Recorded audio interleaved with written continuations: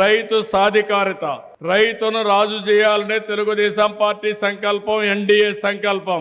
ఇప్పుడే కాదు, ఎప్పటి నుంచో ఆలోచిస్తున్నాం. కానీ ఈ రోజు రాష్ట్రంలో మీరు చూస్తే దేశంలోనే ఎక్కువ అప్పుండే రైతు ఎవరంటే ఆంధ్రప్రదేశ్ ఫార్మర్ అని చెప్పి కూడా నేను మీకు తెలియజేస్తున్నా.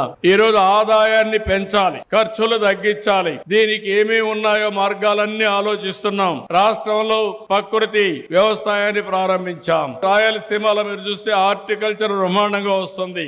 ఆంధ్రప్రదేశ్ లో అక్వా కల్చర్ బాగా వస్తుంది.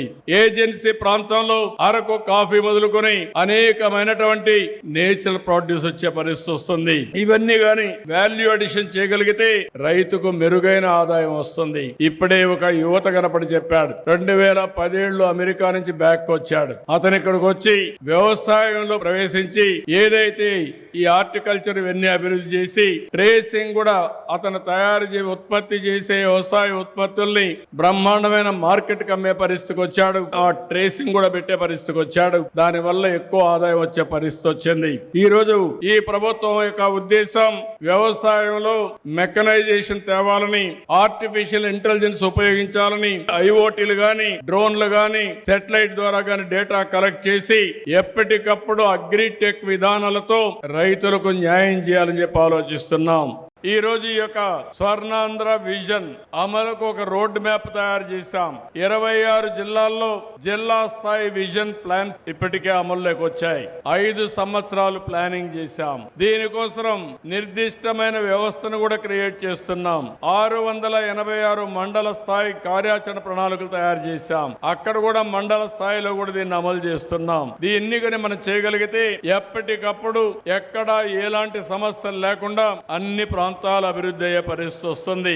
నేను ఎన్నో పర్యాయాలు మీకు చెప్పాను. అభివృద్ధి వల్ల సంపద వస్తుంది. సంపద వల్ల రాష్ట్రానికి ఆదాయం పెరుగుతుంది. దీని వల్ల తలసరి ఆదాయం పెరుగుతుంది. పెరిగిన ఆదాయం పేదవాళ్ళకు సంక్షేమ కార్యక్రమాలకు ఖర్చు పెట్టి అభివృద్ధికి కూడా ముందుకు పోయే పరిస్థితి వస్తుంది.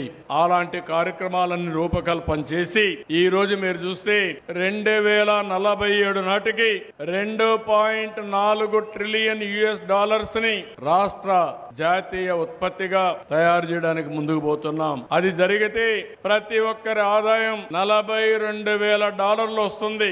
అయితే ఈ రోజు నేను చెప్పేసి వెళ్ళిపోవడం లేదు. 47కు $42,000 రావాలంటే 2029 మళ్ళీ ప్రజల దగ్గరకు పోయే లోపల ఎంత తలసరి ఆదాయం రావాలనో చాలా స్పష్టమైన హామీ ఇచ్చి దాన్ని అమలు చేస్తామని మీ అందరి సమక్షంలో మరొకసారి మీ అందరికీ విజ్ఞప్తి చేస్తున్నా.